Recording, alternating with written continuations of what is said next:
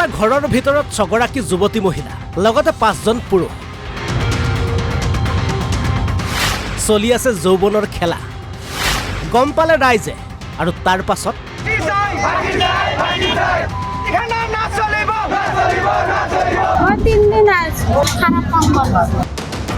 ঘৰটোৰ ভিতৰত খাৰাপ কাম চলে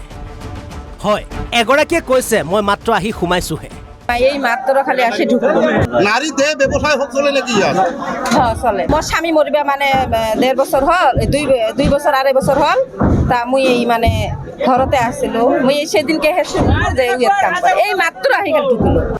অভিযোগ অনুসৰি ধুবুৰীৰ পাণবাৰীৰ ৰাষ্ট্ৰীয় ঘাইপথৰ কাষত থকা এটা ঘৰত দীৰ্ঘদিনৰ পৰা চলি আছে নাৰী দেশৰ ৰমৰমীয়া ব্যৱসায় নামনি অসমৰ বিভিন্ন ঠাই যুৱতী মহিলা বিধৱা মহিলাক লৈ অনৈতিক কাম চলাই গৈছে ছফিৰ ৰহমান নামৰ এজন লোকৰ ঘৰত আৰু এই ব্যৱসায়ৰ মূল মাষ্টাৰমাইণ্ড ছফিৰ ৰহমানৰ পত্নী ৰাইজে কেইবাবাৰো মানা কৰিছিল যদিও ৰাইজৰ কথাত কোনো গুৰুত্ব দিয়া নাছিল অৱশেষত আজি ঘৰটোৰ ভিতৰত ৰাইজে হাতেলোতে ধৰা কেইবাগৰাকী যুৱতী মহিলাৰ সৈতে পুৰুষক ৰাইজে ভাঙি লণ্ডভণ্ড কৰে অনৈতিক কাৰ্য চলি থকা ছফিৰ ৰহমানৰ ঘৰৰ আচবাব বিচনাপত্ৰ চাওক ঘৰটোৰ অৱস্থা এই ঘৰটোতে দীৰ্ঘদিন চলি আছিল নাৰী দেশৰ ৰমৰমীয়া বেহা অৱশেষত ৰাইজে খবৰ দিয়ে আৰক্ষীক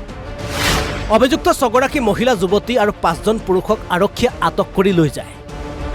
দোষীক উচিত দাবী কৰি প্ৰতিবাদমুখৰ হৈ পৰিছে ৰাইজ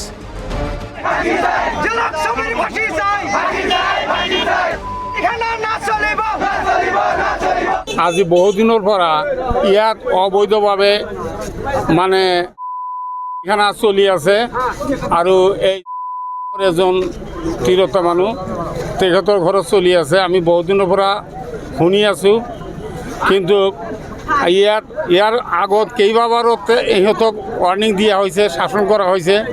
কিন্তু সেইবোৰ মানা নাই আজি আমি দেখিলোঁ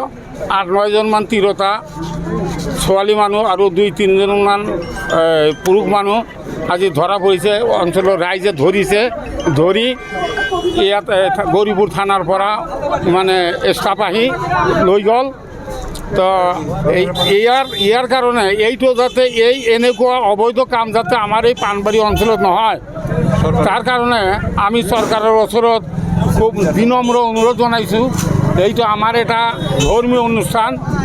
লয়াৰ আসামৰ ভিতৰত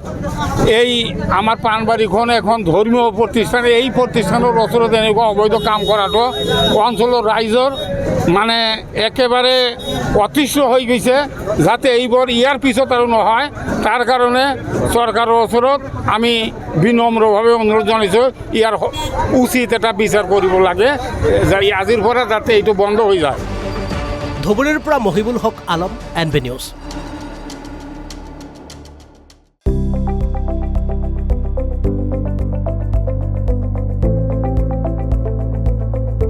NB নিউজ সহজ সৰল ভাষাত নৱভাৰতৰ কথা।